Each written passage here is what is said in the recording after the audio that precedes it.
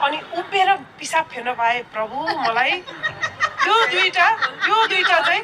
होइन म कसैलाई पनि केही भन्न चाहदिनँ किन भन्दाखेरि सबैको आफ्नो ओपिनियन हो होइन अर्काको ओपिनियनलाई तैँले किन यस्तो भनिस् भन्न थाल्यो भने त भोलि गएर आउने जेनेरेसनहरूले अब ओपिनियनै राख्नु खोज्दैन नि त मेरो अहिले हुन लागेको सिनेमामा पेटिकोट लाउने सिन छ अरे यो देख्ने छ अरे मलाई एकदमै डर लागिसक्यो कि मलाई पेट सिन दिए बराबर हो यसको पैसा थाप्नुपर्छ पनि भनिसक्यो मैले होइन तिमीलाई जागिर खान दिइरहेछ त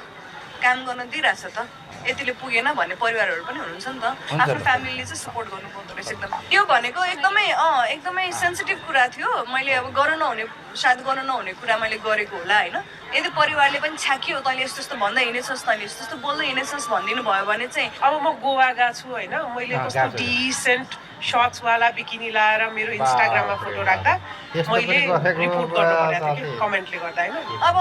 अगाडि अब त्यही छोरी मान्छेले अब अलिकति छोटो लाउँदाखेरि छ्या